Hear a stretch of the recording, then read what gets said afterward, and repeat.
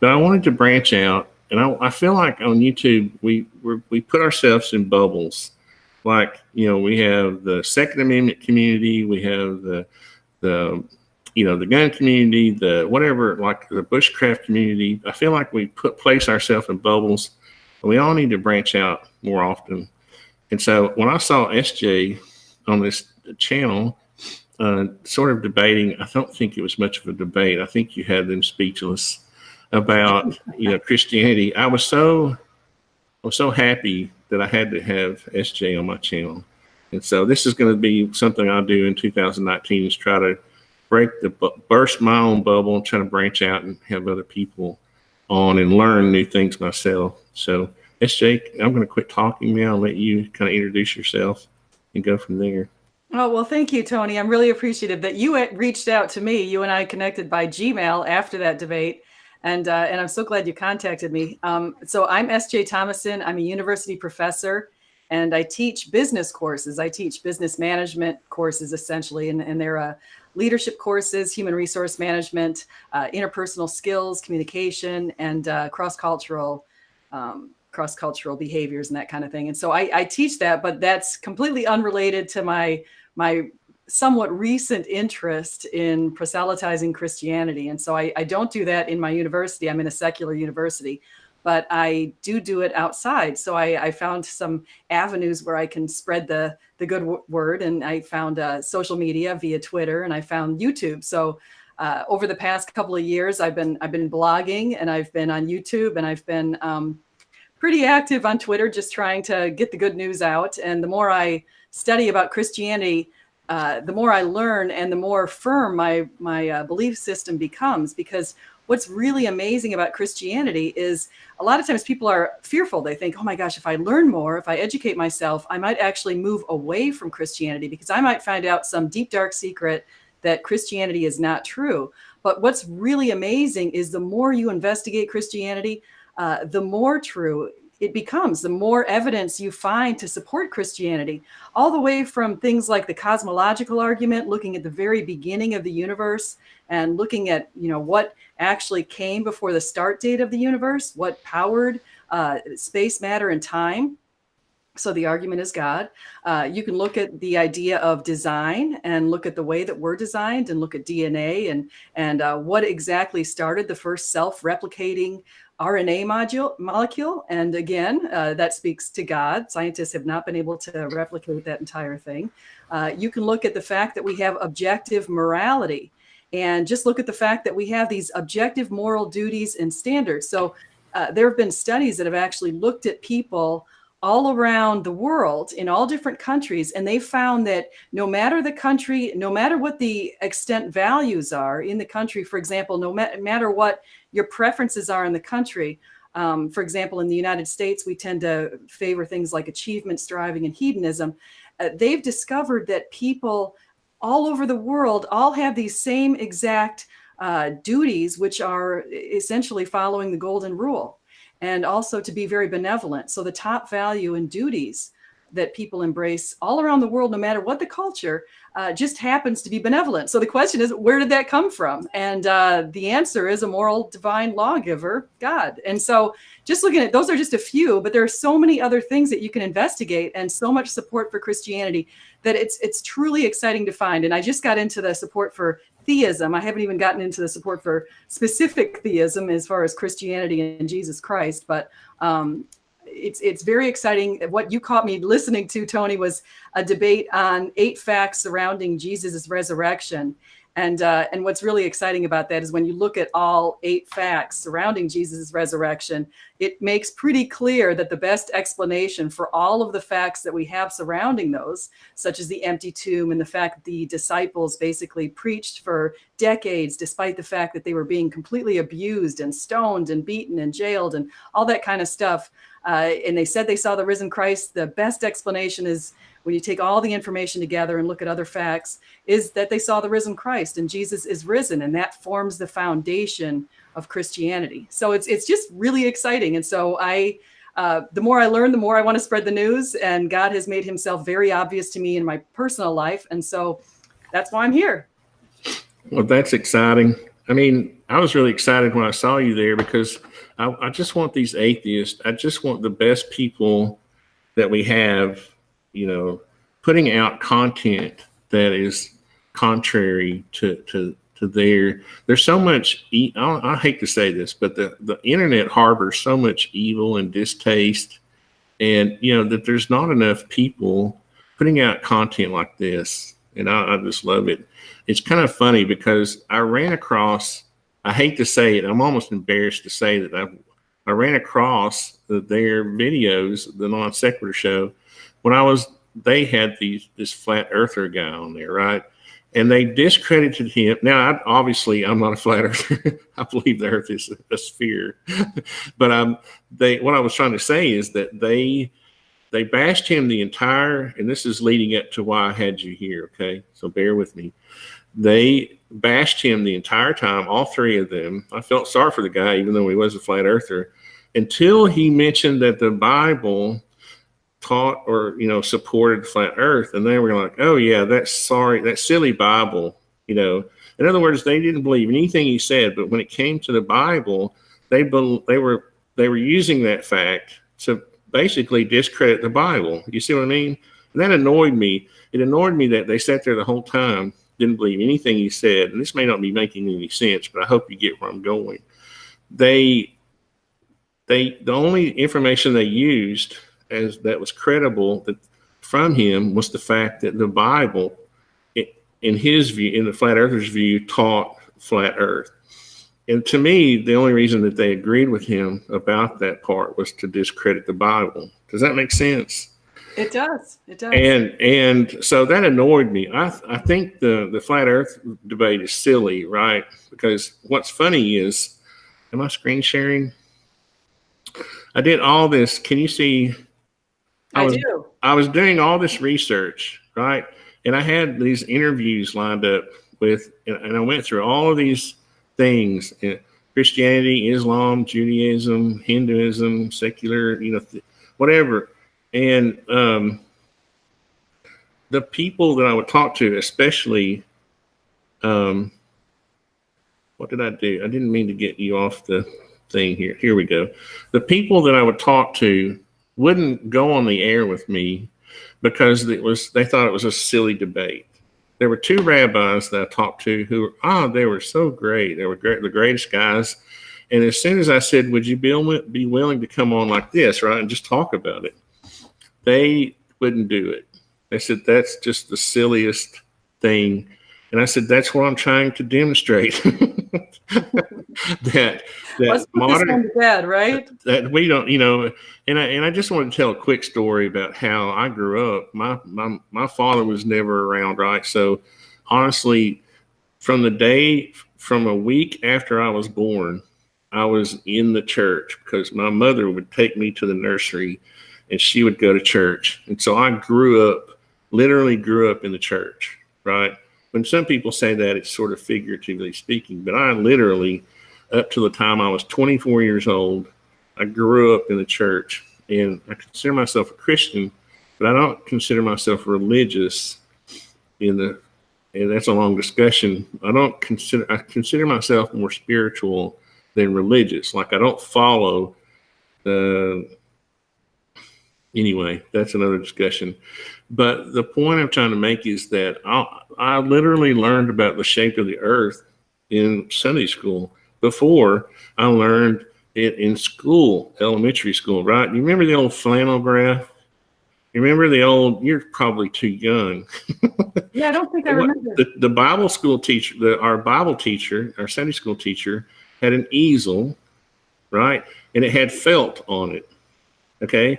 And they would have characters in the other part of the flannel would stick to that. I think they call it flannel graph. You'll have to look it up. But literally, we learned when we were learning about Genesis and Exodus, the Old Testament, that our Sunday school teacher would take an earth, right, a sphere.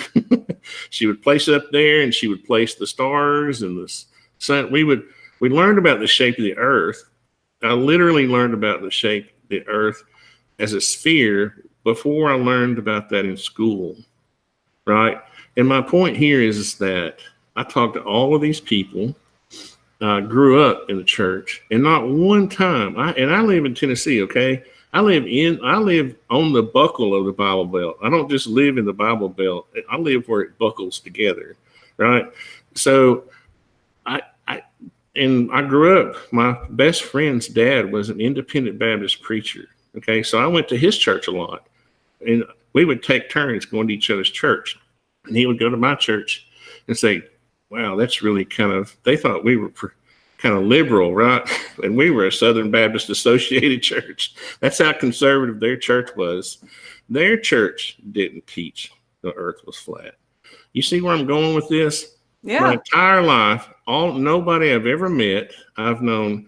My mother, when I was in high school, she managed the Friendship International. I don't know if you've heard of that. It's where we take exchange students. And at Christmas, we would have the exchange students in our houses because they were in college, right? But they didn't have anywhere to go. So we would have a place for them to stay. So I met students from all over the world, Japan, China, Iran, yeah, even Iran, believe it or not, Jordan, right? Russia, all these different places. Never had one discussion. And we would talk about religion, right? Different religions, right? And this is kind of how I became sort of interested in other religions. Not once did I ever hear anybody say anything about these religions preaching or teaching even the shape of the earth, right? So you would think that all this anecdotal evidence, what other evidence do you need to explain to these people, who are trying to bash the Bible, that it's not done, that this is sort of what would you call it? A myth almost that the Bible somehow teaches. And I want to let you speak for a little while. I want you to be free to speak your mind, but I just want you to know where I'm coming from on that issue. And also I want to hear what you think about it. And I mean, that's my entire life of anecdotal evidence, and all the different people I've met. Never in my whole life did I ever hear of a church or anybody even say, until I was around when the internet came online, right? I haven't even heard of this until like 2012 or whatever, right? So for atheists to go back and say, oh, the Bible teaches the earth is flat, in my view, it doesn't. So anyway. I completely agree with you. And I actually didn't realize there were flat earth people who supported a flat earth. I mean, I thought, go back, say 15 years, I might have felt like, yeah, maybe in some remote corner of the world in a cave, there are some people who think the earth is flat, who obviously have had no education and they were basically raised by wolves or something. But I didn't realize there was actually a contingent of people who honestly believe the earth is flat until I got to Twitter. And it was about 2015 or so when I started encountering some of those people. And some of them started following me. And I had one guy who seemed like a really nice guy, and he was sending me direct messages on his proof that the earth was flat. And I thought, and he was such a nice guy, I didn't want to insult him, but I thought, geez, where are you getting this? Because we see pictures of the solar system, and when the rockets went to the moon, they've taken pictures of the earth. So it's quite clear the earth is a globe. And they think that there is some sort of a conspiracy that NASA is actually with other governments and other countries, including Russia. Now we have to imagine that this conspiracy has to be so large that they're hypothesizing in their minds that the United States and Russia were colluding during the Cold War, because that's the only way this whole conspiracy would have worked. It makes zero sense. They were colluding to give us pictures of a round earth or a globe, when according to these people, the earth is a flat earth, sort of a disc, and firmament, and it stands on pillars, and they're using the Bible to support that. So I actually pulled a whole bunch of Bible verses that they've used. I actually listened to some of their videos to try to see exactly where they're getting their viewpoints from. And I pulled these Bible verses. I have a whole bunch of them. Just actually, if you Google the word four corners and Bible, up will pop a bunch of different verses. But I think you can make a really good case for the Bible not mentioning the flat earth, because there's not a single place in the Bible that says, yes, the earth is flat. And there's not a single place in the Bible that says, yes, the earth is a globe, unless you interpret certain lines like Isaiah 40:22 as the circle of the earth as being a sphere or a vault, which actually is a reasonable interpretation. So, so there's a better case that you can make for a globe earth based on the Bible than a flat earth. There's no place that says the earth is flat. I have this really strange family history where before my mother met my father, she actually, now understand this is Sevierville, Tennessee. Okay. My mother grew up in Sevierville, Tennessee, the same city that Dolly Parton grew up in. She actually, really? yes, up there in Sevier County. And then my mother went to Carson Newman. Okay. So she was, probably the first person out of her family to even go to college. She met this Jordanian fella. They fell in love, and he would come. It's a long story, and there's not enough time here. The point is, I ended up with this Hebrew Bible when I was, a teenager that my mother showed me. It was kind of a family secret that I guess I kind of tell part of the story. He actually came here to go to UTK they had the agricultural program. That's how my mother met him. He went back and it was killed in an accident with one of the combines. So he was killed, and later my mother met my father. Am I tapping? Can you hear me tap the keyboard? I need to quit doing that. I'm doing that with my finger. Sometimes I can hear it when I'm doing my SketchUp videos. But anyway, I have a weird family history in that. Then that his name was James. His brother. This gets kind of complicated. I don't want to just string this out, but his brother would come and visit us later in life and bring us things. And one of those things was a Hebrew Bible. It's like one of our family heirlooms now. Someday I'll make a video on it. Okay. I guess the point of that is, I know that was a long story for no reason, but that's what you get on my channel. Sorry. Yeah, that's all good. All good. What the point I'm trying to make there is that he got me interested in like the original Hebrew. I was like, hey, dang, the Bible was written in Hebrew. Well, the Old Testament, right? And so I started studying that a little bit. Obviously, I didn't become a scholar. I became a contractor. But I've always been interested in and I would get myself in trouble with my conservative friends for not thinking that the King James Bible was the original, right? To a very conservative Baptist, independent Baptist, you don't talk about anything like a translation, because to them, the King James Bible is the Bible. There is no other Bible, right? And I understand. Okay, I'm not going to bash anybody that thinks that is the actual God, inspired version, but we do have to remember that Hebrew was a very basic language, and they didn't have a lot of adjectives to describe things, right? So to think that the Bible written in Hebrew, some of the text, I've got a link here I'll send you. I just read they found some 10,000-year-old Hebrew text, right? Which they thought, I guess at one point, the Hebrew only went back, about 6,000 BC? You're the scholar now here. I don't want to step on your toes, and I don't know that much about. I'm just saying. And there was sort of a paleo version, and you correct me if I'm wrong. There was an earlier version, a more crude version of Hebrew, right? Than the more modern version. I guess my whole point is that to think that people would take a modern English version of the Bible and try to say that God was trying to describe the earth as a flat, you know what I mean?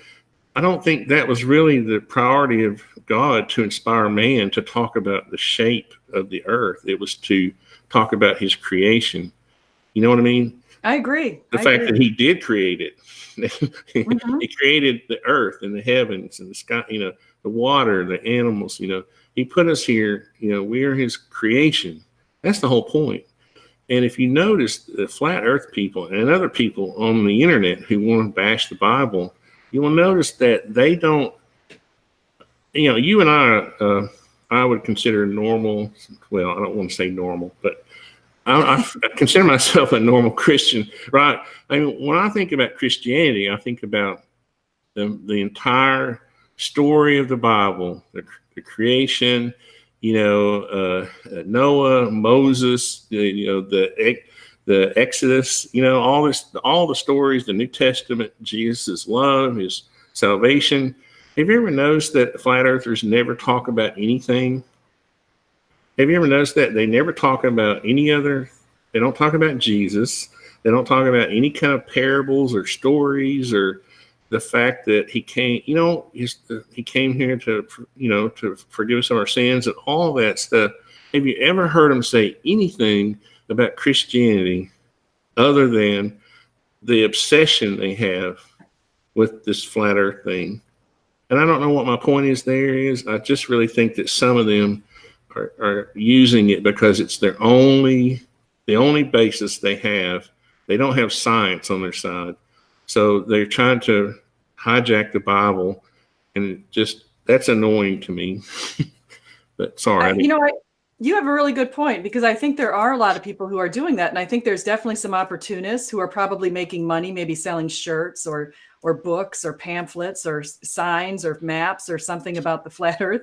I think there's probably some people who are doing that kind of stuff. It's a real shame, because I agree with you. I see much more. In fact, and I have listened to some debates like you have on the Non-Sex Show and on other shows where they get flat earthers. And, a lot of times they could be sincere. I don't want to say this is applying to all of them at all, but I mean, there could be some sons and daughters of flat earth parents who are very sincerely believing in a flat earth because that's what their parents taught them. There could be something like that. But there's a couple of issues. One is when you pit people against education and science, if you're raising your kids that way, they're eventually going to look at you and say, Mom, I got to choose between you, and I have to choose between science and you, or between getting an education, going to college, and you.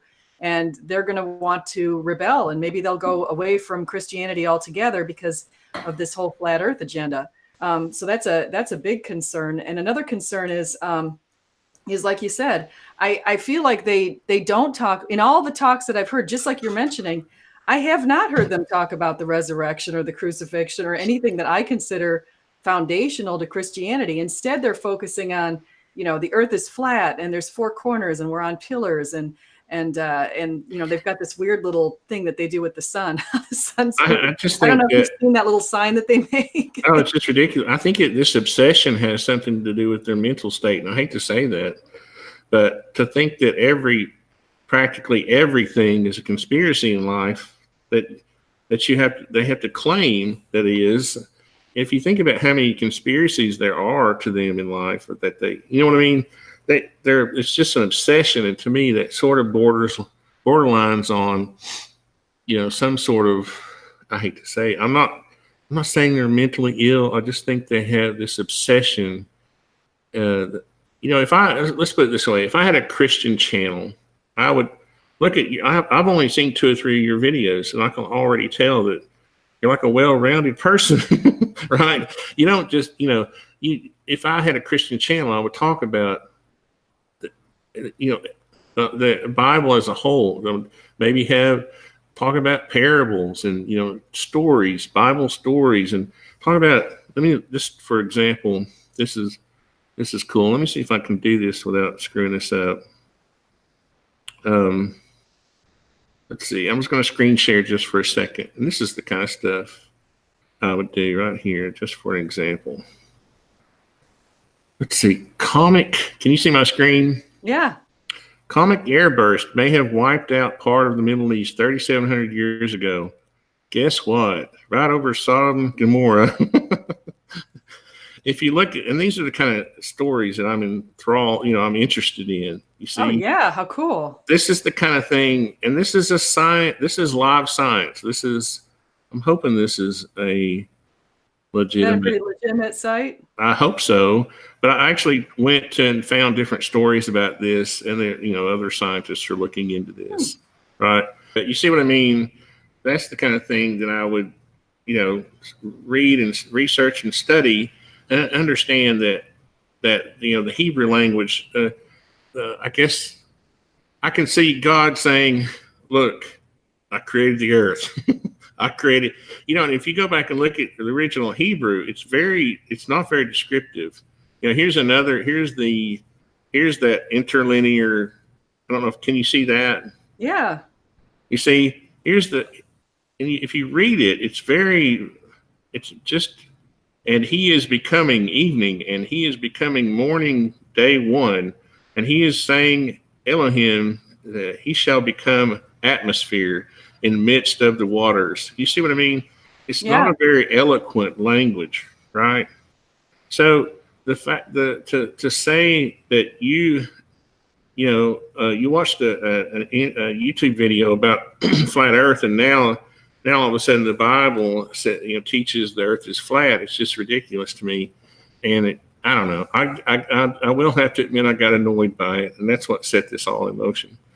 But you see where I'm coming from, and that's what kind of got me interested in, and that's basically why I invited you here, because I kind of wanted to be around another Christian that I thought would, I hate to say agree with me, but there's not that many people. I don't have that many Christian friends on the internet, so you know what I mean. I feel like sometimes I'm a David in the lion's den or whatever sometimes, and it's just nice to be around other people, I agree. And I'll just do, I was listening, as I mentioned, to flat earth arguments today and anti-flat earth arguments on the Bible. And one verse that they use a lot is Revelation 7:1. And they say, after this, I saw 4 angels standing at the 4 corners of the earth, holding back the 4 winds of the earth, that no wind might blow on earth or sea or against any tree. So some flat earthers use that, and they say the 4 corners of the earth, that must mean that there's 4, just like a flat earth would be. So it's almost like 4 corners of a map. Although then again, they use a sort of a round disc to represent the earth. But if you look at a globe and you think to yourself what God meant when he said, go out and spread the good news to all corners of the earth, and that sort of thing, is you think of the corners as north, south, east, and west. You've got, one, what do you want to call that, a corner, this side a corner, that side a corner. So you've got God basically saying, go to all parts of the earth, go to the parts of the earth that no one is occupying, or few people are occupying, go to the parts that are less inhabited, the parts that are more inhabited. But he never said to just go to these little corners, these little quadrants on the end of a map. He basically would say instead, basically the idea is go everywhere on the earth, go to all corners, go to all places, and cover it all, north, south, east, and west. And so I think that there are a lot of, there's a lot of verses that you could take to act as if this is a flat earth, but they really don't say that. Even the idea of the pillars, I've done some reading on that, and the pillars in many of these cases are representative of people who are the pillars of God's word, or pillars for God, working for God. So that's like, for example, in 1 Samuel 2:8, he says, he raises up the poor from the dust. He lifts the needy from the ash heap to make them sit with princes and inherit a seat of honor. For the pillars of the earth are the Lord's, and on them he has set the world. If you think about that as the pillars being people, the pillars of the earth are the people, the kings, the people he's given power to. And he's basically, as far as the world, that's referring to like us. Like, for example, in John 3:16, for God so loved the world. That didn't mean God so loved this map. It meant God so loved the people of the world. And the same kind of thing could be said here. I agree, and I actually have some experience in this area of 4 corners. Being a design build contractor, I have many friends that I use in the business who are surveyors. And even as a young guy, as a young contractor, I would always say, how do you guys work out this thing where you look at a survey and it's all flat, but the earth is round? And they would describe to me that, well, there's a lot of math involved, and that there are eventually some overlap, and that sometimes people will physically argue about lot lines because on huge pieces of property, like hundreds of or thousands of acres, that sometimes they do get it wrong because you are dealing with a sphere and not a flat plane. You see, it would be very easy to survey a flat plane, right? That's true. You would probably never have an argument over a corner stake, But I just remember being interested in it, not because of the math aspect, not because of the flat earth.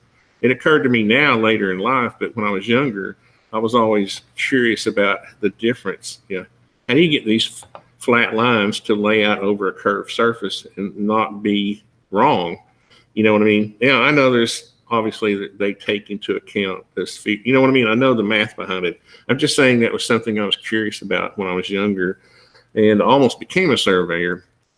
I was also involved with scouting when I was young, and I was also a den leader for my son in Cub Scouts. And we actually used this four corners terminology in orienteering. That's exactly what we used it as, is for north, east, south, and west. It's directional. It has nothing to do. Now imagine that's how we used it. We would use terminology like the four corners of the map or whatever. You see what I mean? We would orientate the four corners of the map to based on using the compass. If that makes sense. So to me, it's just directional. It has nothing to do with the shape of the earth. It has to do with the fact that was a common. I mean, you have four directions, so there's an easy correlation there to me. And I don't know. Again, it's just kind of strange to me that the obsession on the shape of the earth instead of other spiritual things. You know what I mean? It's not to me, it's not a spiritual subject at all. And these people, again, I go back to the, I don't know. It's just, it really became annoying to me. And I started to get into this thing where I started to want to do videos and debate these people. And I thought, no, I'm actually not very good at debating people. It's just a skill. There's a skill level to it. I think you're very good. That's why I wanted to meet you, because I watched you do it and you're very good at it. But I'm not. Thank you. That's very nice to say. Well, I admit I'm not very good. I can sit and talk with people one-on-one, but as far as trying to, and I think I could probably make a good argument personally sitting face to face to someone, just being with them and not BSing them, and just being a real person. But, there's a different skill level required for a debate. And the other thing is, when I was talking to this rabbi about going on the air, and I had the same emotion about, I don't like to speak, obviously of emotions too much, but I had the same emotion that he did. He kind of hesitated, and he was like, I just don't think I want to go. I don't want to go there, because he said, it's just a silly, in the end, it's a silly debate, and it's almost like,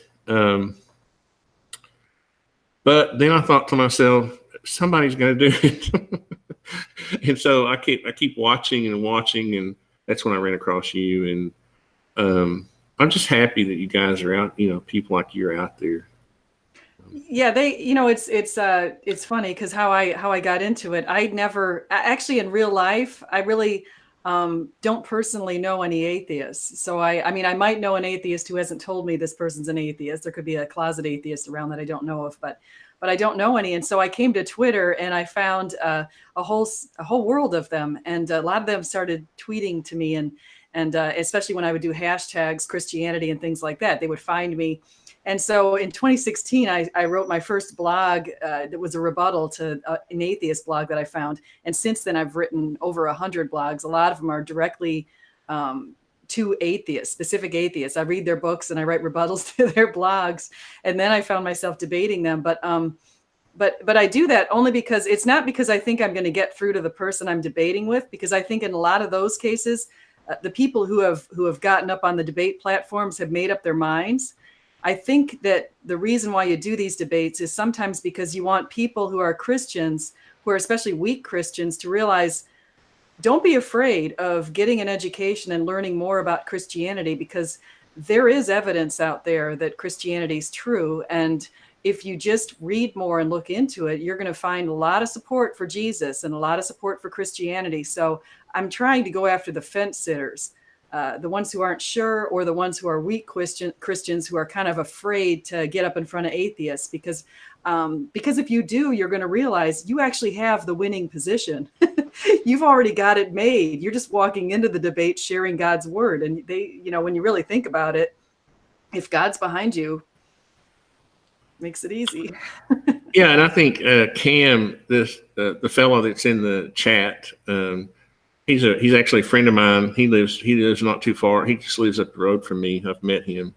He was asking me to ask you about Ken Ham or and Young Earth. I think you mean Hovind. I've actually talked to Kent Hovind. Is that who you're talking about, or do you know who this Ken Ham person I know who is? both of them are. Yeah, I'm Okay, so that is okay. So I didn't know about Ken Ham, but I guess my thing about the Young Earth is, since I have so much, this is the hardest. I'll be honest with you. This is the hardest category for me because I've been exposed to so many people. Honestly, I actually had a friend who was a savant growing up, and I've been exposed to all these. Now I'm obviously not that smart, but I've been exposed to so many smart people in my life. I've always kind of wondered about. What am I trying to say? I don't know. I think the Earth is probably older than 6,000 years, but I don't want to be this person that like goes against the Bible. So it's kind of hard for me. I truly think that maybe, there, and I want to know what you think about this, obviously, but I wanted to kind of state where my problems were. I think there's a lot of evidence, obviously, to show that the Earth is old. I don't know that I don't know that it really matters that much, to be honest with you. I'm trying not to be sacrilegious, but on the other hand, people like, and I think Kent Hovind is a good guy. I like him. I watch his videos. I just don't know if you can reasonably say the Earth is only 6,000 years old. Yeah, well, I was just in a debate on the Modern Day Debate channel, and Kent Hovind was debating a guy who calls himself Inspiring Philosophy, and it's a really good debate. Inspiring Philosophy takes an old Earth position, and Kent Hovind takes the young Earth position. And it's one of those things where if God actually did create the Earth in 24-hour days, 24-hour days, and the Earth is only 6,000 years old, more power to him. I mean, he's obviously can do whatever he wants, and if he did that, where we have an appearance of an old Earth and we're actually in a young Earth, again, I'm completely behind God. I'll believe whatever he does. However, my interpretation of the Bible and even looking at the 6 days is the days themselves. The word yom, that's in the book of Genesis, can refer to either a 24-hour day. It can refer to an era, a period of time. And there are a lot of people like Hugh Ross, who's a cosmologist, astrophysicist, who basically looked into that, and he's written a bunch of books on Genesis. And he pointed out something I think is interesting. And he pointed out in the first 6 days, we saw things like, the Earth came about. In each of the days, it points out there was a morning and a night, or a sunset and a sunrise, that kind of thing. And on the 7th day, very interestingly, it's not closed off with a sunset, kind of like it is in all of the other days. And so Hugh has made a hypothesis that perhaps we're in the 7th day. And he actually pointed out a consistency. He said, if we're in the 7th day, we probably would see a God at rest. And that would probably mean there's not too much activity going on as far as the evolution of large mammal life forms. And what's interesting is that actually, if you look at the booms in evolution, it would have occurred in what would be considered the 6th day or the 5th day or the 4th day periods of time. It wouldn't be something that we would have seen in the 7th day. And we haven't really, I've talked to a lot of people who are biologists, and I've asked them, I said, what over the past, say, if I look at past 50,000 years, what are the evolved larger mammals that we've seen in the past 50,000 years? And there really hasn't been much activity, and it's really consistent with this being the 7th day, which I like that. But I don't want to go against. There's a very large contingent of people who support a young Earth. My fear for that, though, is, as you said, we have a lot of scientific information that supports an older Earth, including the evolution of the universe itself, the idea of the Big Bang coming about 13.8 billion years ago, the idea of the universe expanding from, inflating from basically nothing 13.8 billion years ago. See, I know how God did it. See, I have a theory on this. It's kind of funny, so bear with me for a second. But have you ever seen people who hand load shotgun shells? People who shoot themselves? hand load, reload shotgun shells, right? No, I'm very unfamiliar with guns. Now, see, I'm gonna expand your cultural learning here. Okay, so you have to learn some backwoods Tennessee stuff. Okay, so what we do is we take an empty shotgun shell and we load it with powder and whatever whatever buckshot or slugs or whatever in there, right? Well, I think God basically did the same thing. He took, hydrogen and helium or whatever, and he basically shot this into our time-space continuum or whatever. And I think our universe is that if you watch these videos of slow motion, you'll even see the turbulence created by the blast, and you can almost imagine stars and galaxies being formed, And I know that's kind of weird and funny, but that's the way I like to think about it, is that I think we will someday hopefully we will find that God is this big reloader in the sky, and that he may have even created other, I don't know, this may be blasphemy, but there may have been other universes that he has created. You know what I mean? I know that probably is blasphemy. I'm sorry. But no, anyway, I don't think it is. Even if Tony, if even some atheists have argued for a multiverse, and even if there's a multiverse, that still doesn't stop the problem that there has to be a starting point for the multiverse too.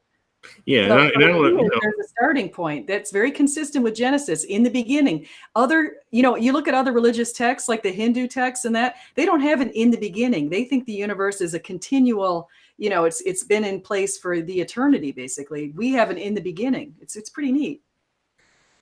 And that's kind of the stuff that I like to sit around and do thought experiments on, right?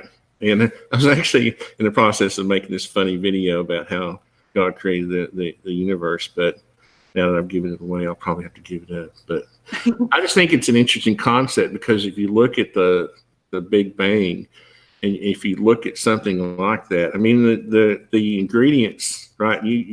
If you go back down to that very small singularity or whatever, it still had to have the ingredients, right?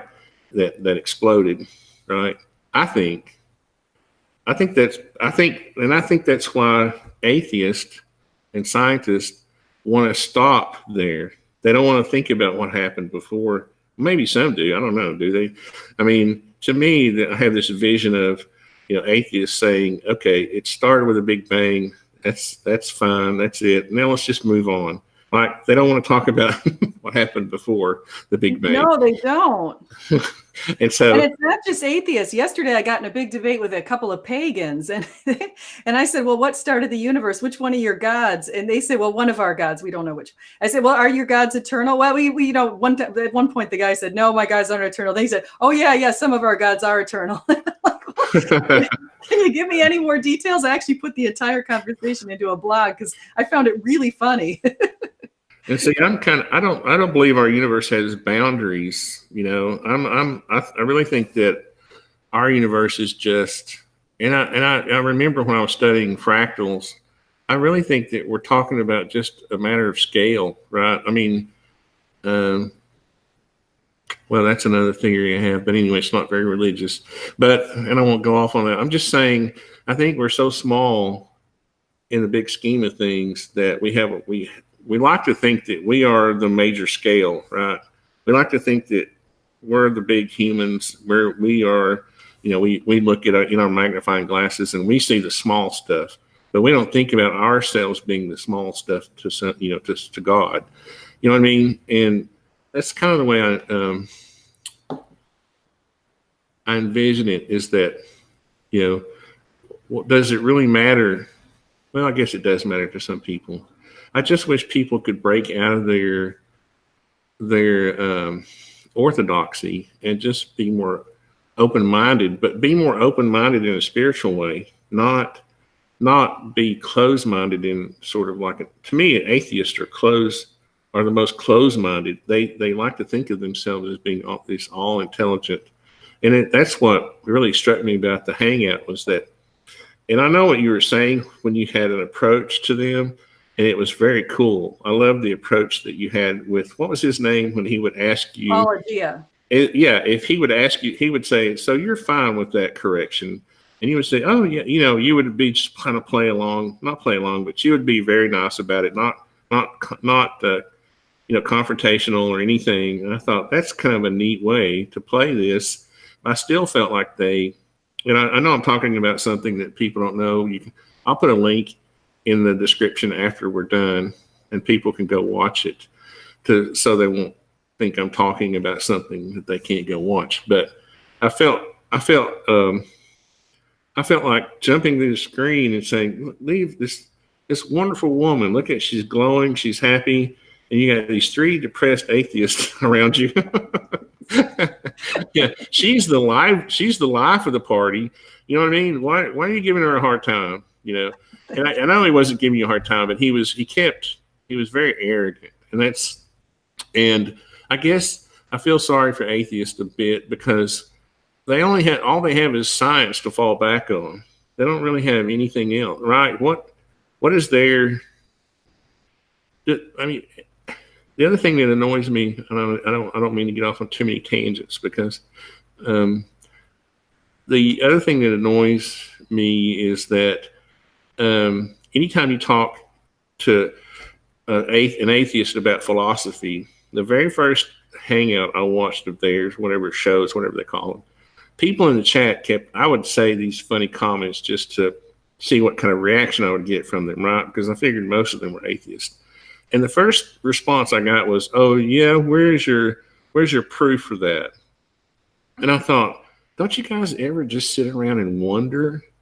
Are your minds so closed that you can't have a thought experiment and just think, how was the universe created before who created it? How was it created? Where are we going from here? Or are they just so strapped, by science that they can't live life in a joyful way? That's the way I look at atheists. They depress me in that manner.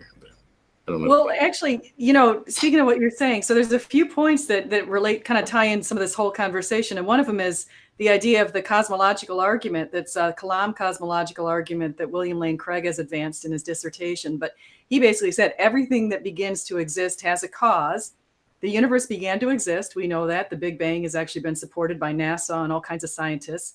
Therefore, the universe has a cause. And what the cause is had to be spaceless, timeless, and immaterial, because what had to exist before space, time, and matter, which has a cause from, again, 13.8 billion years ago, it had to exist prior to that, had to have the composition basically of God, because God is immaterial, God is eternal, and God is spaceless. So basically, the whole idea of a metaphysical presence had to be prior to the physical presence, and consciousness had to also exist throughout that entire time. So they've done studies on consciousness. So the whole thing is really interesting that it puts it all together. But another thing for the atheist argument, when they say they want to have proof, is a lot of times they really don't want to have proof.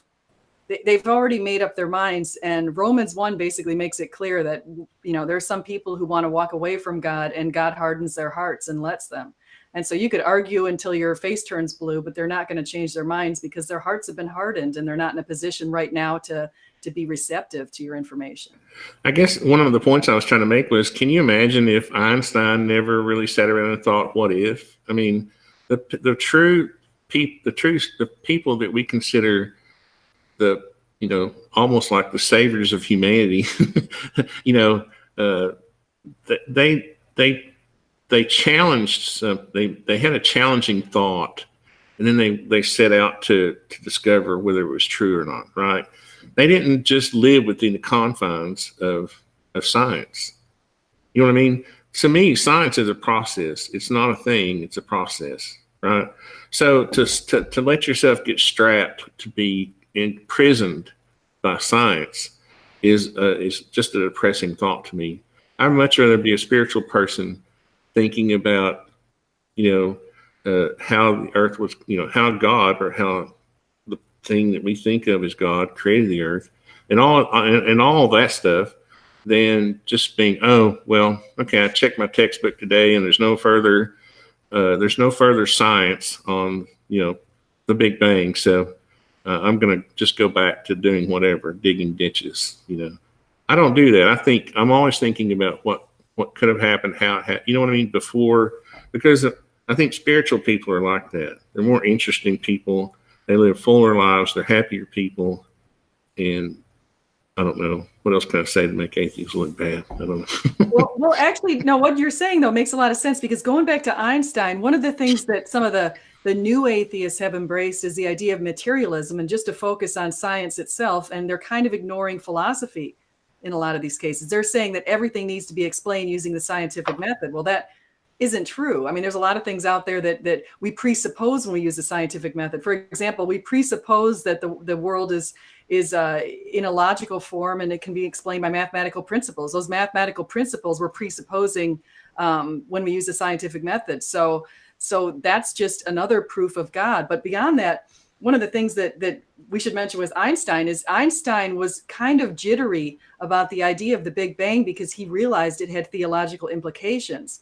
There's a NASA astronomer named Robert Jastrow who actually explained that whole thing. He said, Einstein was very concerned about this. He actually tried to argue against some of his earlier beliefs and some of his earlier hypotheses because he did not want the Big Bang to actually be considered to be true, because he was worried about that meant there had to be a cause. And another thing that kind of going back onto something you're saying is, a lot of atheists will say, well, you just look out the window and you say, look at the trees, there must be God, or look at the sky, there must be God.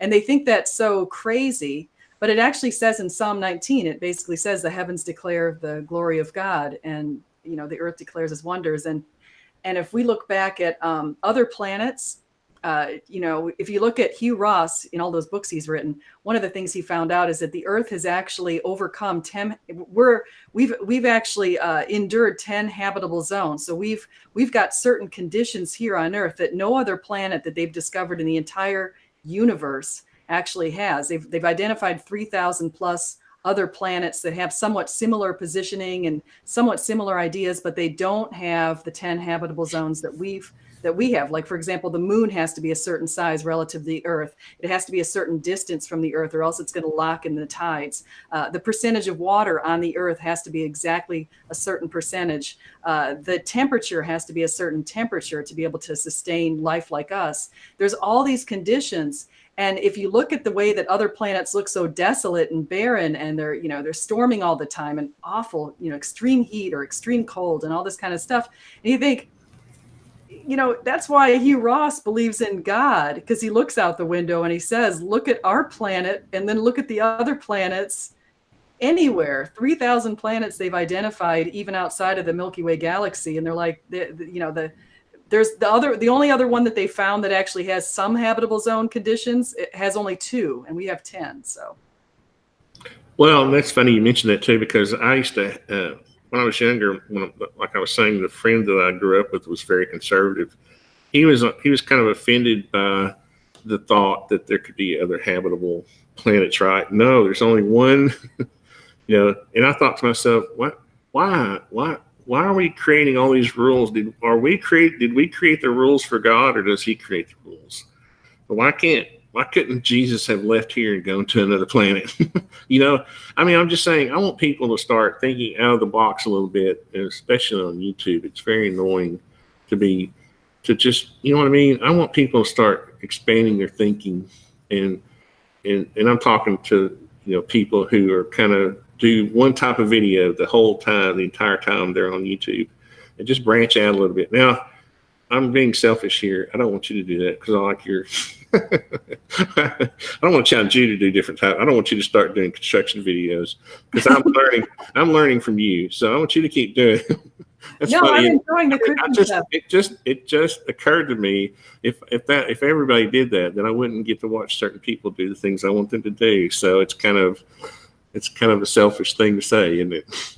Well, I might eventually, for my school, I might eventually do some videos that relate to human resource management or leadership or something like that. But right now I'm just focused on the Christian stuff. And I really get a lot of excitement writing about it because it's really awesome.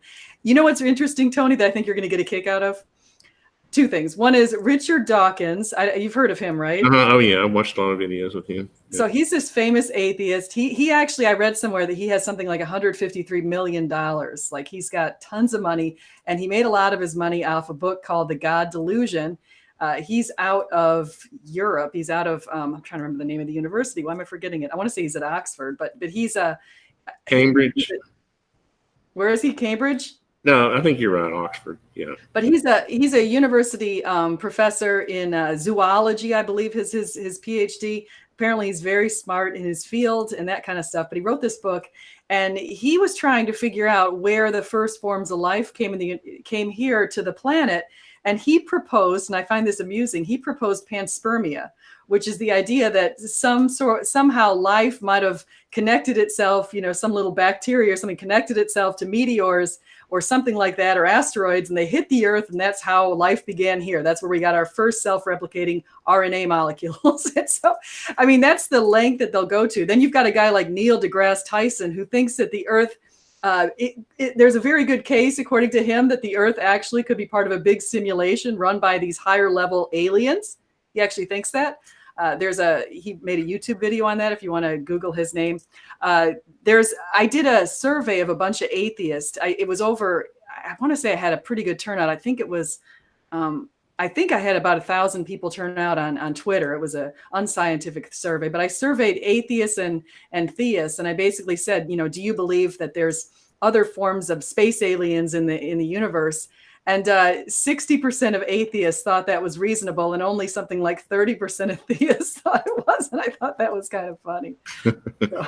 Well, what's funny is if you do, like people like Elon Musk also, talk about the simulation, but somebody had to create the simulation, right? And if you agree to a simulation or you're espoused or whatever, that means you have to at least admit somebody created it, right? It didn't create itself. So obviously, I don't think we're in a simulation, but. Well, that's the thing. They won't give the credit to God. They agree a higher power must have created the universe. I mean, you've got Neil deGrasse Tyson. He's a genius as far as what he understands with the universe. However, he's realized that a higher power must be somewhat responsible for some of the things that he's noticed. So instead of saying that's God or Yahweh or looking back to the New Testament or the Old Testament, instead of giving God credit, he's decided that it could be some aliens. And not only does he think that it could be aliens, he thinks it's a reasonable assumption to think that these aliens might have it out for us, and we're just lower level life forms that they laugh at. I mean, he actually said something. Well, they're not very efficient aliens if they haven't taken us out yet.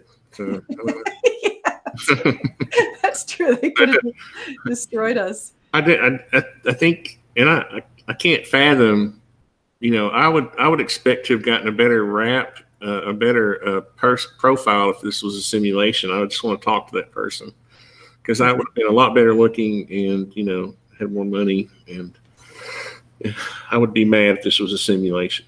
So, well, it's like my kids' games. You could put on a new skin. You could make yourself. Yeah, I think part of that is that people like the idea that it gives them a way to say that they're not responsible for the way things are happening in their lives, right? If this is a simulation, then, I'm just kind of along for the ride. I don't have a lot of control. Things are the way they are. It's going to end the way they're going to end. And it's kind of a depressing thought if you think about it. Yeah, it is. And actually, I think that what you're speaking to is really important, is the idea that sometimes people, they propose that they don't have free will, and a lot of their actions are based on their biological composition in their biological disposition and what they're born with, and the characteristics and personality traits that kind of came from their parents. And they try to give the accountability to somebody else. They say, I'm not accountable for the fact that I have these thoughts or I've got these lusty ways, So that's what's going on in a lot of cases. This fella in the chat, Impulsion, what's this? Impulsion? Chat. I haven't had it. Okay. Sorry. I guess I need to learn to read. But theism and atheism are two sides of a coin without any evidence. They're both faith. One is abstract than the other. Yeah. I mean, this is what I thought it was kind of funny. Like I said, I was in that first hangout on the Non Sequitur show, and the guy was asking me for my proof of God, and I was like, what? It was kind of and I knew it was coming, but it still struck me as that, you know, if there was proof of God, there would be no, the word faith wouldn't exist, right? And so I don't think they really get it. I don't think they understand, right? I mean, what if we did have proof of God? Wouldn't that sort of change the whole dynamic? I think we do have proof of God if we look for God. I think if we make a concerted effort to call on God to answer our prayers and just to understand that he might not answer, it might not seem like he's answering your prayers and it might not seem like he's listening, but if you have faith, like you said, and just trust him that at the right time, when he feels it's the right time in your life, he's going to make himself very obvious. And that's what happened in my life. You know, you have to. Oh, I agree. I just kind of really meant for them. I don't have any proof for them, and I don't really feel like I have to provide proof. It's an individual thing, right? I don't bash anybody's religion. Or spirituality. I don't try to convince them that they're wrong or right. I mean, the atheists annoy me, but, you know, I'm not going to sit and try to convince them. Now, maybe I should. Maybe I'm not a very good Christian, but I just feel like it's a very personal. Your relationship with God is very personal. It's no one can understand it. Yeah, you can't really. You can explain it sort of, but you can't really. You know, I personally think sometimes that you know, quantum entanglement is how God hears our prayers, or you know what I mean. I believe that there are physical ways. The more we learn about science, that the more we'll learn that the physical world is just hidden from us. The ways that sometimes God can communicate or cause things to happen there are physical means for that. You know what I mean? Or there could be. Let me, I have a little thought experiment. I want to see what you think of this now. And I'm going to tell you why I'm doing this in just a second. So who am I describing? But he was pierced for our transgressions. He was crushed for our iniquities. The punishment that brought us peace was on him. And by his wounds we are healed. We all like sheep have gone astray. Each of us has turned our own way. And the Lord has laid on him the iniquity of us all. Now, who am I referring to? Oh, I'm sorry. You were actually asking me. I was typing a response in the chat. I'm sorry. Is that too long? You can. No. So, but he was pierced for our transgressions. He was crushed for our iniquities. The punishment that brought us peace was on him, and by his wounds we are healed. We all like sheep have gone astray. Each of us has turned to our own way, and the Lord has laid on him the iniquity of us all. Of course, that would be Jesus, right? Yeah. So where do you think that's written? Good question. Where am I reading from, do you think? Oh, okay. I went to church my entire life. You would think I would know this. Because, of course, I did ask an atheist called David Smalley, who's a comedian atheist. I read this verse to him, and he's like, oh, yeah, that's the Messiah. And I said, yeah, oh, the Messiah. Which handle, I'm reading to you. Messiah? Here's what I'm reading to you. I'm reading to you Isaiah 53. And Isaiah 53 was written about. Unto us a child is born. Yeah, that's Isaiah 9:6. But yeah. Isaiah 53 was written about 700 years BC. So I always tell atheists, I'm like, well, that's one of about 300 verses in the Old Testament that prophesied Jesus, and they say, oh, well, you know, the apostles could have written this stuff because they read the Old Testament, they had access to the Old Testament.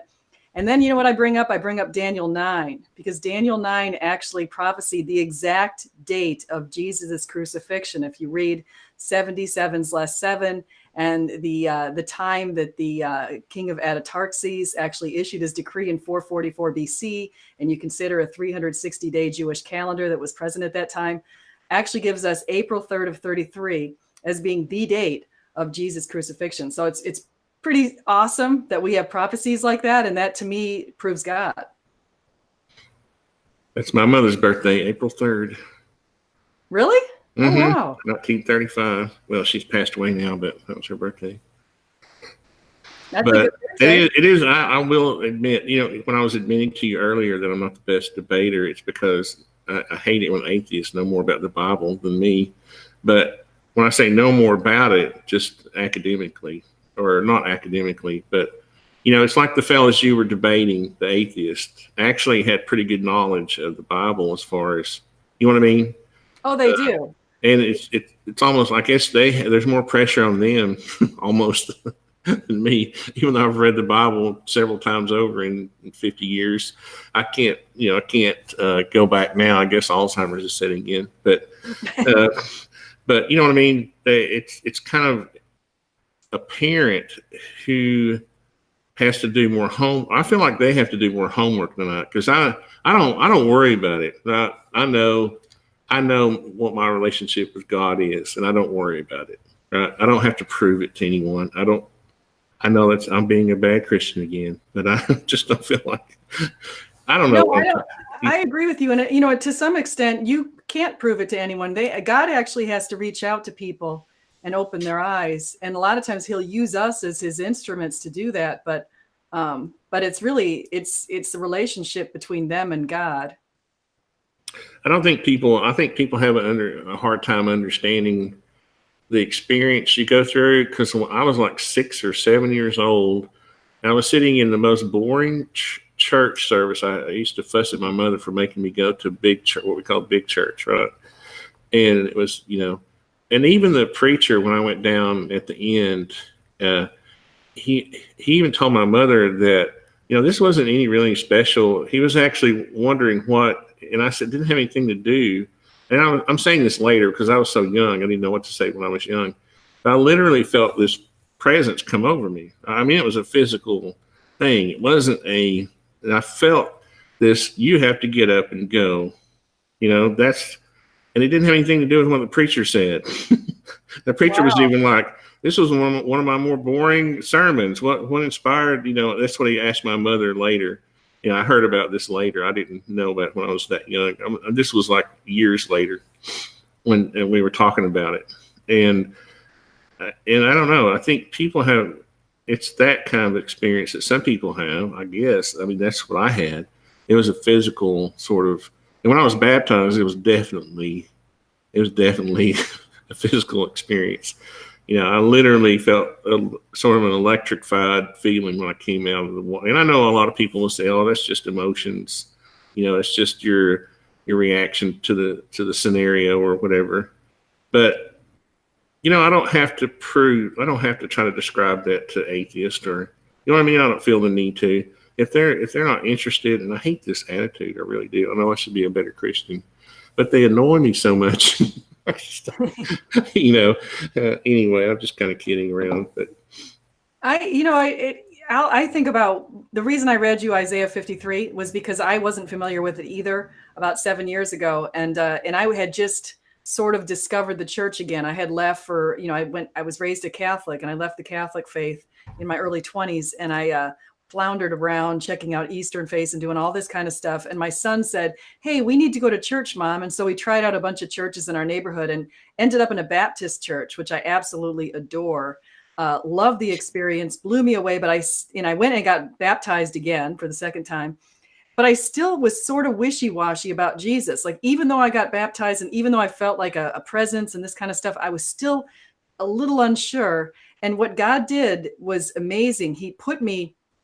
I went into an airport and I spotted this man who almost looked ethereal. It was like he had this light about him, and he was very tall, and he had kind of blondish grayish hair.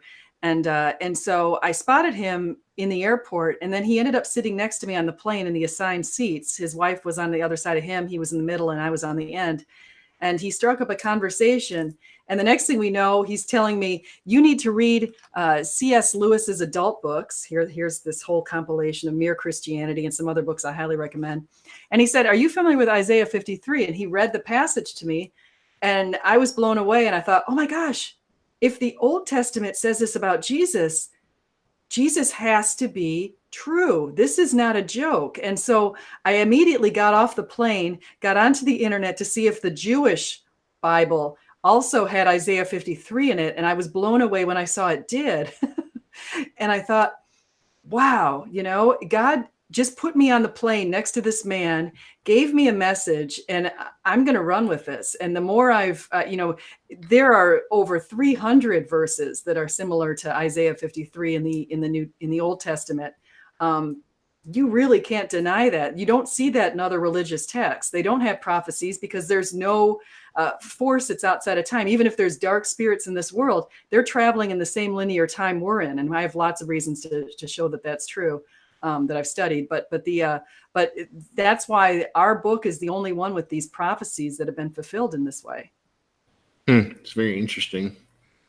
And see, I geek out on that kind of stuff, but I'll absorb it, and then I absorb it into my spiritual, being, and then I just, a week from now I'll forget it, but it's still a part of me somehow. I don't know, and that's what's happened to me my entire life, And I went through the sort of thing that you were talking about earlier with the Eastern, religions, and even kind of got hung up on this westernized. Have you ever seen Sadhguru?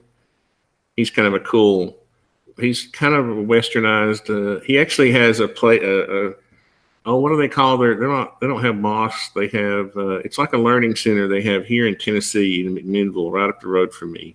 What's the name of the guy again? Sadhguru, S-A-D, Guru, S-A-D-H, Guru. Okay, no, I haven't heard of him. Oh, you got to go watch his videos. He's a really cool guy, right? And so, that kind of stuff, it didn't lead me. Obviously, I never got led away from Christianity, but I was always interested in different types of religions, right?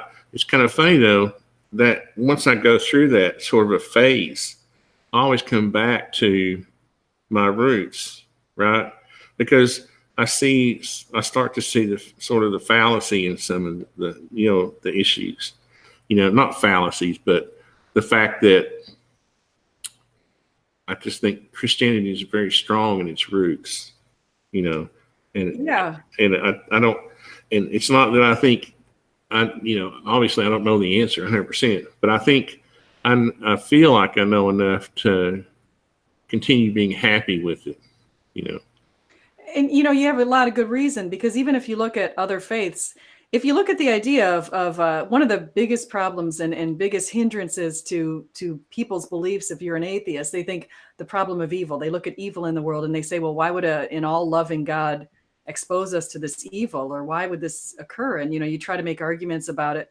But then you say, well, number one, you've taken a position that there's no hope. So you've taken there's evil, therefore there's no hope, and I'm basically going to just die at the end of this life, and there's nothing better than that. There's no purpose, there's no meaning, nothing, nothing has an ultimate reason.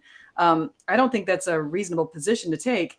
If you look at Eastern faiths, like some of the pantheist beliefs, they think that there's a supreme being that actually is passive, doesn't necessarily hold us accountable as far as verbalizing why. So a lot of them believe that people are reincarnated into different life forms depending on how they acted and how close they were to achieving selflessness and nirvana in this life. And so you could be reincarnated into a higher caste if you're in India, or you could be reincarnated into a cow. You don't know. And that's basically what they say. This continual reincarnation basically is something that's been going on forever according to that system. So why I'm bringing that up is because they don't have they put good and evil, or love and evil, on the exact same plane. And Christianity doesn't. We say love is superior to evil. The only reason people are evil is because they failed in some way. Even the devil, we look at Satan and we say, well, Satan failed. Satan was initially born of God. He was given a lot of good qualities, but he took the evil side. He focused on pride and vengeance and all of these terrible traits.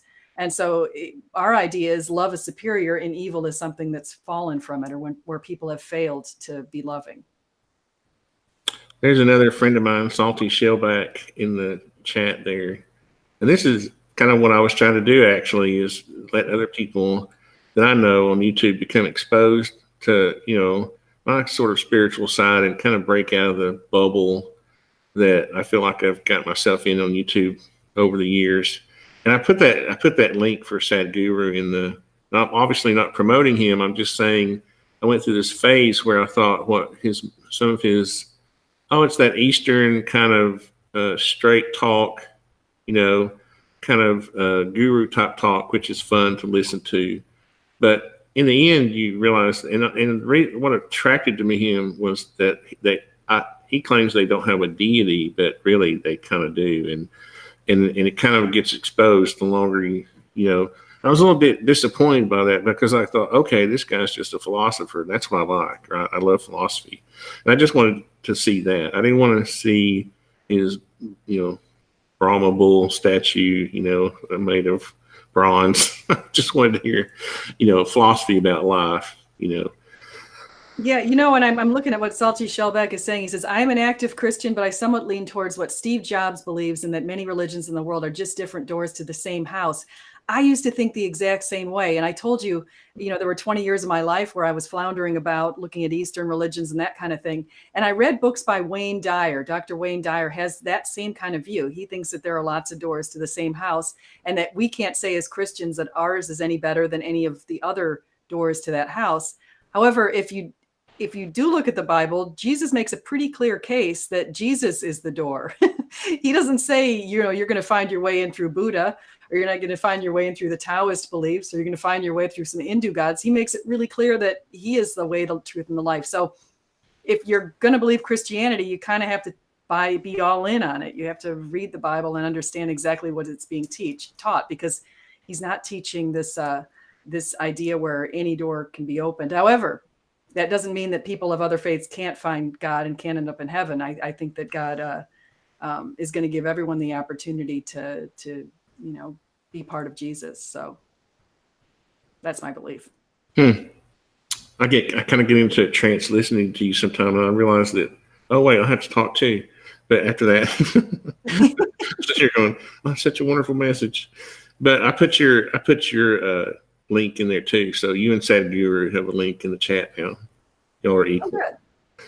Yeah, hopefully you guys will come on over to my channel. I have some. I'm interviewing. I'm trying to think of who my next interview is. That's going to be. I'm interviewing a couple of atheists during the week, but on other people's channels. I'm going to be on Modern Day Debates and on the Non-Sex Show in the next couple of weeks. But next Sunday, I'm interviewing a guy who wrote a book on cosmology and Christianity, and so I think it's a pretty good book. So he wants to promote that. So that's something I'll be doing next Sunday. I think what we should do sometime, and I would just want to go for the fun of it, but we should go on now. We kind of gave away our cake, but I didn't give away all of my ammunition. Okay, in case they wanted. I was kind of hoping they'd invite me and you to come on the Non-Sequitur show, and I could just be there like a cheerleader for you, and I could tell the goober to hush when he starts being arrogant, And I don't know. I just had this vision of us going on there and saying, yeah, here you go, But anyway, just being a little silly about it.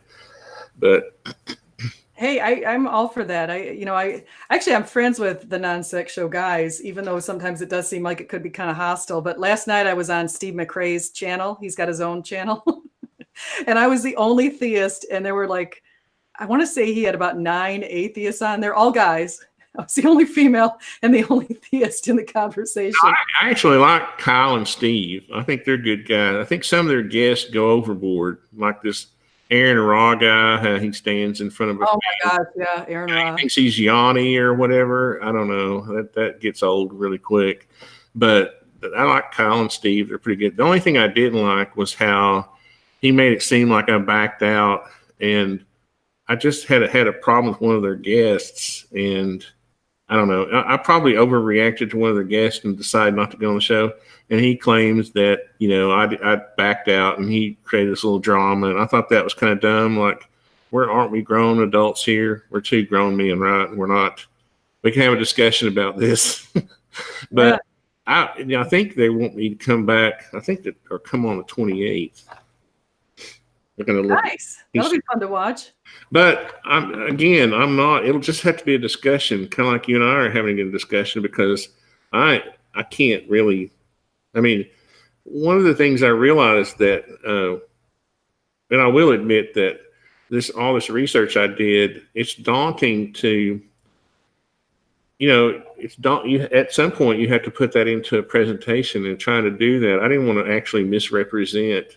I would rather somebody like you be able to do it in a more in a better way than me trying to misrepresent some kind of message.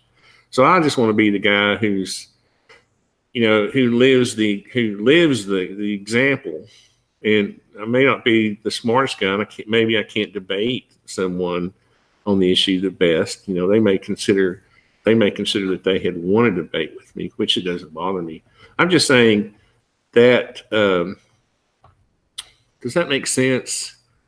I think people have different skills. Like, I mean, I can design and build a building, but I'm not the best at debating people. So I don't think I'm the best at debating people at all. In fact, it's funny because I tend to lean to be very agreeable.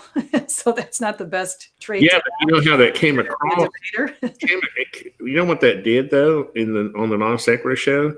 It showed how arrogant the guy was. You see, because you were agreeable and you were you stood, to me, you stood out as I wasn't comparing people, right? But it was the contrast was so obvious that he was this sort of arrogant atheist and you were just a lovely person with this aura around you, that if you're looking at those two people, you're thinking, why wouldn't I want to be this person?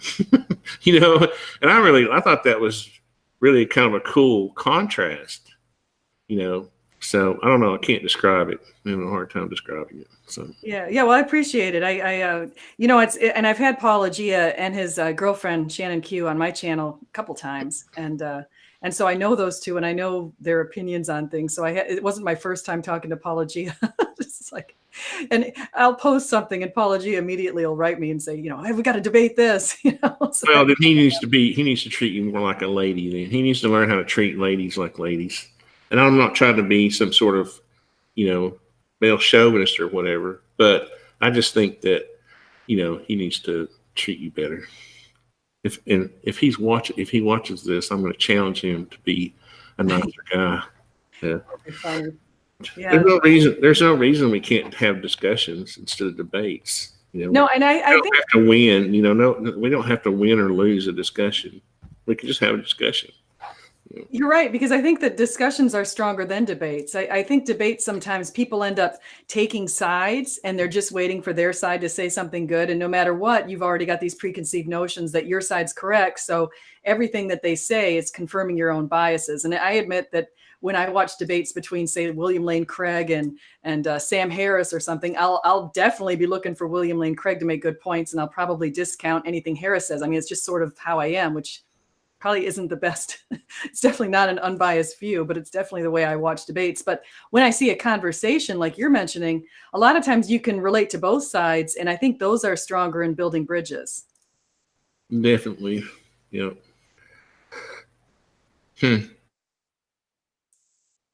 So your friend now, Salty Shellback and Cam, it looks like they have a disagreement here in the chat. Well, Cam and Salty Shellback or whoever's on here, is there any questions or thoughts before Tony signs back in? I think he needs to sign back in. Anything that you'd like to, or is there anything you'd like to see debated, or that other denominations such as Catholics and Lutherans? Well, Cam, I can definitely speak to Catholics and Lutherans. Actually, not only was I raised a Catholic and I went to Catholic grade school and freshman year of high school, but I was married into the Lutheran church. So my husband's a Lutheran, so I'm really familiar with those two faiths. And what was surprising for me is when I did come back to Christianity about 7 years ago, and as I said, I'm a Baptist now, but when I did come back, I only had a half a Bible in the house. I only had a New Testament, and I only had, and the New Testament had Proverbs and Psalms in it. So that's all I had in the house. As a Catholic, we really didn't dig through the Bible very much. In fact, even in my school that I went to, and maybe it's just my school, but we didn't dig into that kind of stuff terribly well. So I really was pretty unfamiliar with the Old Testament. And that's why I was so shocked when I heard about Isaiah 53 from the pastor on the plane. And that's actually who that guy was. He was a pastor. So it was pretty amazing. And one of the things about the Catholic faith and the Lutheran faith too, is they focus more on works than they do on faith. But Paul makes a pretty good distinction that what we really need to do is believe, and that's consistent with John 3:16, and Jesus makes the same distinction. So what we need to do is have faith. It's not so much works-based. God doesn't want us getting very haughty based on our works. And why don't maybe we could end it with giving people advice on how to deal with atheists on a. Well, I think that's true. That's one of the things that I think is almost strange. If you think there's a possibility of God and you understand the whole heaven and hell concept, I think it's strange. It's almost self what's the word I'm looking for? I mean, I can't imagine taking a position where you think there's a 50-50 chance for God and heaven and hell. Why wouldn't you gamble on heaven? Like, why would you gamble on hell? What is going? I don't get that. To me, it's like someone who cuts themselves in their wrists, or they commit suicide. I just don't understand it. No, I think there's a lot of people that can relate to you. I think one thing you said, I think a lot of people can relate to, and that is everybody has their own set of gifts and their own set of, God gives everybody certain gifts and certain calling, and a certain special things that they can do. And I think that you can relate to a lot of people who are in your kind of industry. Maybe they're builders, or there are people who are in the Tennessee area who could relate to you, or just a dad with a few kids because you've got a few kids. There's a lot of people that can relate to your way, where they say, I'm just going to sort of go out and be a good person and try to show people that, hey, this is how Jesus would want someone to live. And I think that in itself is probably more powerful than anyone's fancy words in a debate. Yeah. Yeah, and you have a following of people who are probably gonna say like, "Hey, wait, hey, I could do that, or I could go make maybe I'll start on the Christian thing, or maybe I'll watch a couple of these debates and see what the non sequitur show is doing," or just see what the atheists are doing out there. They're actually making huge platforms for themselves. So it's actually in Ephesians where it talks about the devil and all of his groups of people who are working, and you think about it, and you're like, well, all these atheists, what are they doing? Thank you too, Tony. You have a good one. Okay. Bye-bye.